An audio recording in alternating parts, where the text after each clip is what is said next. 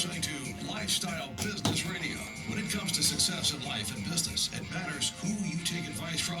So let's get better acquainted with one of the hosts, Aaron Muller.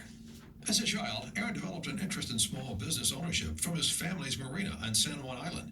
From the start, Aaron was driven to seek out business opportunities and attain entrepreneurial success. His very first business venture was catching and selling shrimp at the docks when he was only 10 years old. While his peers were preparing to enter 7th grade, Aaron opened a bumper boat rental company, catering to San Juan's ample tourist traffic. Aaron's first real job came in high school, but by the time he graduated, he'd earned enough to purchase half the company. Over the past 30 years, Aaron has gone on to start or buy over 20 companies in the Pacific Northwest and now owns 8 multi-million-dollar businesses. Aaron is the world's premier trainer in self-running business ownership and author of the Lifestyle Business Owner book, which lays out the principles for making a 6-figure income by working as little as 5 hours a week. Learn how to achieve your goals from this phenomenal business mind at the Lifestyle Business Owner Academy website, where you learn all kinds of amazing business knowledge. Visit lboacademy.com and take your life in an extraordinary new direction. That's lboacademy.com. Why build a business when you can build a lifestyle? All right, let's do this thing, Mayumi. All right. We're on the what segment are we on right now? We are on the Ask Aaron and Mayumi segment. What do you want to talk about? Nothing. I think that's good. I think that I need to see more Ask Mayumis in there. Okay. I think Mayumi has a much better voice on there than I do. So, all right. Well, we should probably get to them. I think. Do you want to talk about anything before? I don't think so. I think we should just get get into helping people. All right. Well, want to thank you all for sending in your questions. Oh, that's a good one. You know, that's a good thing. We should always thank people. We would not have this segment if you guys didn't write in. So thank you guys so much. And I'm going to probably brutalize this name, and I'm really sorry because I have that name that everyone's like Miami, and I don't know if it's Usha or Usha. And from Kirkland, Washington. Favorite way to follow us is Twitter. I'm assuming it's her. Their question is, I'm looking at a business to buy. The business itself seems really good, but I don't trust the seller as a person. Should I pass on the opportunity simply because I don't entirely like and trust the seller? First question. And how much should the seller's personality factor into whether a business is worth purchasing or not? All right. Well, that's a valid concern, right? I have a story. What? Are you going to tell your auto shop story? Yeah. It's the perfect story for And this wasn't Ask Aaron. This wasn't Ask Mayumi. It's Ask Aaron and Mayumi. So let's see here. I was looking at buying a business. It was an auto repair shop back in 1999, roughly. Or no, it was 2000, yeah. And I had the shop, automotive shop was for sale, and I had my meeting with the seller, and it was crazy because we met at a Dairy Queen. The guy was really, really rude, and I just knew he was not a good person. Also, in the profit and loss statements, I would see where he would get sued every single year for something. Mm-hmm. And so I was like, okay, well, this guy's not good to the customers. And then when I interviewed him, he was really mean to me even. And I'm like looking at buying his business. So to me, it was like diamond in the rough. So I looked at it as a positive versus like that negative. What you need to do if you don't trust somebody is really look at what you're not trusting and how that's going to affect the business.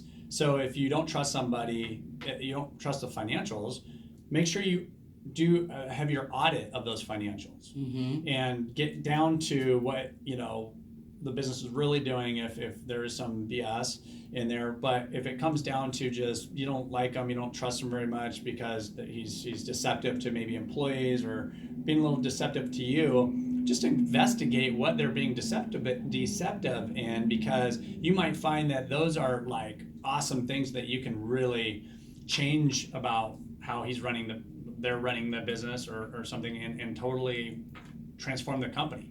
And that's what we did with the company, the auto shop. Yeah. The guy was rude, and so I put up a sign that said new owner friendly service. Because if he was rude to you, then you know he Yeah. was probably rude to his Yeah. customers.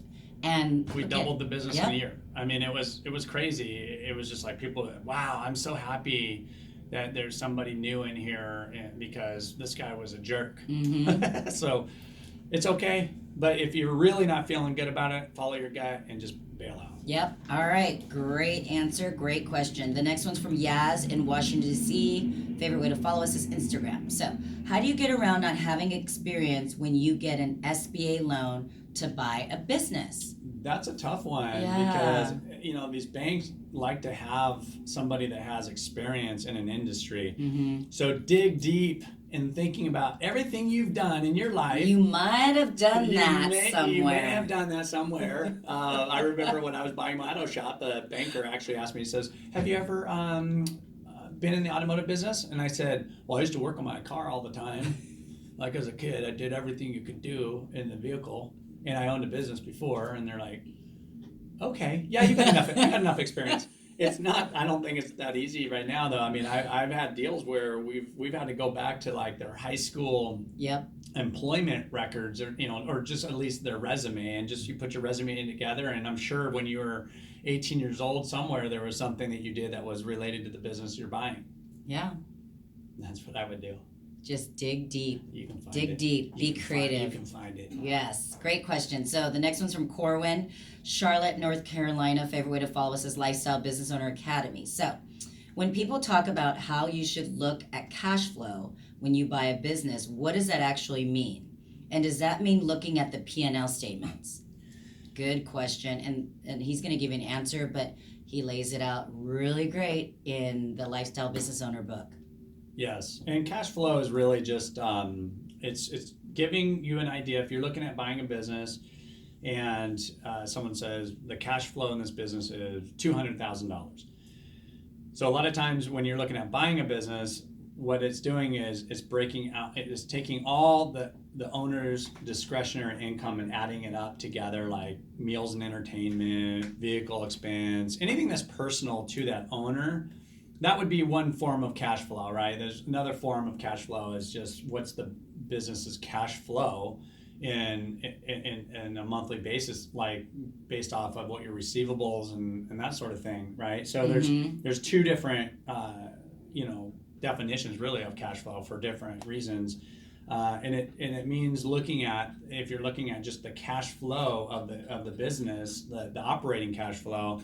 You need to look at the balance sheet, which will show you what's going on there, the cash in and stuff too, and that'll help you in cash flow statements to really understand what's happening in that business. But like if you're just looking at buying it, it's more about like how much income that you could potentially make if you paid cash for a business. And what would you look for that? What do you mean? How much the owner is making out of the business. Where would I look for that? Oh, like if you're just to let our listeners if you're know. Online, there's a statement. It says cash flow. Okay. It says like this business revenues is X amount. This business is expenses might be this, and the cash flow is X amount. Perfect. Yeah. Great question. Thank you, Aaron. So the next one's from Steve in Helena, Montana. Favorite way to follow us is YouTube. His question is, how exactly do you make a business run without you? I'm going to answer that question. Well, that one's in chapter 12 of the book. No kidding. Oh, okay. Well, this is what I was going to say. Go ahead. So, first of all, Steve, you want to get the book, The Lifestyle Business Owner. And secondly, after you've read that, because you will devour it and not want to put it down, you're going to join the LBO Academy, Lifestyle Business Owner Academy, where we teach you step by step how to buy a business, build systems, grow profits so that it can run without you and you will become a lifestyle business owner. So you guys, lifestylebusinessowner.com is how you go to our free videos. And then we have the Lifestyle Business Owner Academy where you can sign up to get a full education on buying a business. How much time we got left? Like 30 seconds. Oh, perfect. Good. Do you have anything to add? Not at all. Really? Well, It's we have 30 funny at seconds. home. He has a lot to add. Well, no, but- I do have 30 seconds, but Oh, now I wanna, you're done. So Okay. thank you guys I all for wanted to listening give them the formula. Dang it. the Lifestyle Business Owner Show, where we talk about the street smarts of small business. And if you've missed any of our shows today, go to lboradio.com and you can listen to it there. Again, we want to thank our guest, David Schreiner Kahn with Smash the Plateau, and make sure you send in those questions.